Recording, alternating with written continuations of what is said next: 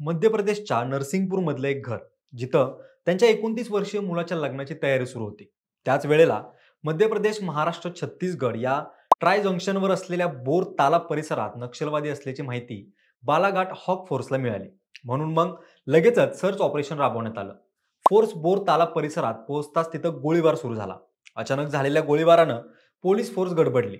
याच वेळी क्षणभरही विचार न करता निडर छातीनं गोळीबाराला सामोरे गेले ते हे ऑपरेशन लीड करत असलेले इन्स्पेक्टर आशिष शर्मा.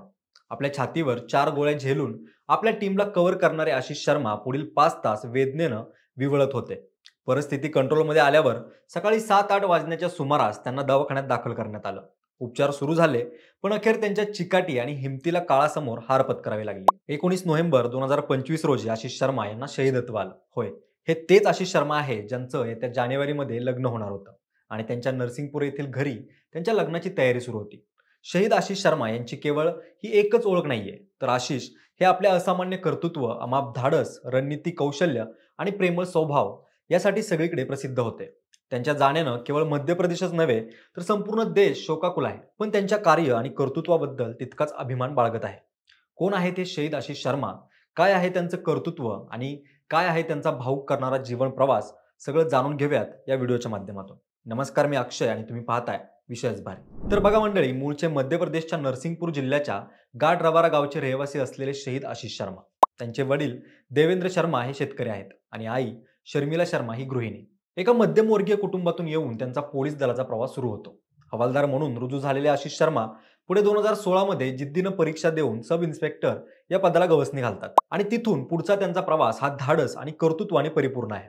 आपल्या करिअरची सुरुवात इंटेलिजन्स युनिटमधून करून पुढे ते नक्षलविरोधी मोहिमांमध्ये सक्रियतेने कार्यरत होते. नक्षली भागात आपल्या हिंमत आणि चालकतेच्या जोरावर त्यांनी अनेक मोहिमांमध्ये असामान्य कर्तव्य पार पाडले आहे.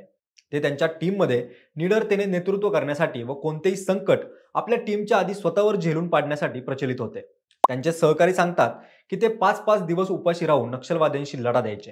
केवळ बळच नाही, तर ते त्यांची बुद्धीही अत्यंत चाणक्षपणे वापरायचे. ऑपरेशन्समध्ये शर्मा यांची स्ट्रॅटजी त्यांना विजय मिळवून देण्यास खूप मदत करायची. त्यांच्या स्ट्रॅटजीज इतक्या लक्षणीय होत्या की त्या फोर्समध्ये ट्रेनिंग दरम्यान स्ट्रॅटजी कशी असावी याचं उदाहरण म्हणून शिकवल्या जायच्या. या सगळ्या एक्स्ट्रा ऑर्डिनरी कौशल्यामुळे त्यांची कारकीर्दही तितकीच वीरतेने समृद्ध होती. अनेक मोठमोठ्या नक्षलवाद्यांना ठार करत त्यांच्या मोहिमा हाणून पाडण्यामध्ये त्यांचा सिंहाचा वाटा होता. एवढंच नाही, तर सध्या सरकारनं ज्यांच्यावर लाखोंची बक्षिसं जाहीर केली होती त्यांचा नायनाट केल्याचं श्रेय सुद्धा त्यांच्या नावे आहे. 2022 मध्ये बालाघाट जंगलात हर्रा टोला इथं 14 लाखांचं बक्षीस असलेला कुख्यात नक्षलवादी रुपेश उर्फ हुंगा याला आशिष यांनी संपवलं. सरिता आणि सुनीता यांच्यावर 28 लाखांचं बक्षीस होतं. त्यांना कदला इथं आशिष यांनी ठार केलं. त्यानंतर हल्लीच फेब्रुवारी 2025 मध्ये आशा, रजनीता आणि सरिता यांच्यावर 62 लाखांचं बक्षीस होतं. अशा हिट लिस्टवर असलेल्या नक्षलवाद्यांना रौंदा येथील जंगलात आशिष यांनी संपवलं. आशिष यांच्या कामाचा सगळे नक्षलवादी धसका घेऊन असायचे. त्यांनी कित्येक नक्षली मोहिमा उधळून लावल्या, अनेक नक्षली बेस नष्ट केले. नक्षलवाद्यांच्या जाळ्यात आशिष यांच्या नावाकडे भीतीनं पाहिलं जायचं. त्यांच्या याच वीरतेला भारत सरकारनं केवळ एक नाही तर 2 वेळा गॅलेंट्री पदक देत सन्मानित केलंय. वयाच्या 29व्या वर्षी आपल्या नावे हे 2 राष्ट्रीय पदक असणं त्यांच्या संपूर्ण वीरतेचं प्रमाण आहे. त्यांच्या याच कामगिरीकडे बघता त्यांना आउट ऑफ टर्न प्रमोशन ही मिळाली. आउट ऑफ टर्न प्रमोशन म्हणजेच वेळेआधी मिळणारी बढती, जे केवळ विशेष शौर्य आणि नक्षलवाद विरोधी लढा यासारख्या विशिष्ट कार्यात केलेल्या उत्तम कामगिरीसाठी दिली जाते. या व्यतिरिक्त आशिष यांचा आपल्या फोर्समध्ये व त्यातील लोकांशी विशेष सलोखा होता. त्यांचा स्वभाव, काम करण्याची पद्धत ही सगळ्यांनाच भुरळ घालायची. असं व्यापक व्यक्तिमत्व असलेल्या अमाप शौर्य आणि वीरता प्रस्थापित करणारा अधिकारी अचानक शहीद होतो तेव्हा संपूर्ण देश हळहळतो. आशिष यांचं जाणं हे सगळ्यांना केवढा मोठा भावनिक धक्का देऊन गेला आहे हे त्यांच्या अंत्ययात्रेत दिसलेल्या अनेक क्षणांमधून व्यक्त होतं. आशिष यांना जेव्हा त्यांच्या मूळ गावी आणण्यात आलं तेव्हा तेथील जनसमुदायात शहीद आशिष शर्मा जिंदाबाद, शहीद आशिष शर्मा अमर रहे या घोषणांच्या वाढत्या आवाजासोबतच डोळ्यातील अश्रू ही तितक्याच तीव्रतेने वाहत होते. पोलीस दलातल्या मोठ्या पदावर असलेल्या SP साहेबांच्या गळ्यात पडून जेव्हा एक शिपाई रडत होता तेव्हा त्यांनाही आपल्या अश्रूंवर ताबा मिळवता आला नाही. हे एक चित्र आशिष यांचं शहीदत्व ही केवढी मोठी पोकळी निर्माण करणार आहे हे दाखवून देतं. शोकाच्या या भडीमाराचे सगळ्यात जास्त फटके जर कोणाला सोसावे लागले असतील तर ते म्हणजे आशिष यांचं कुटुंबीय.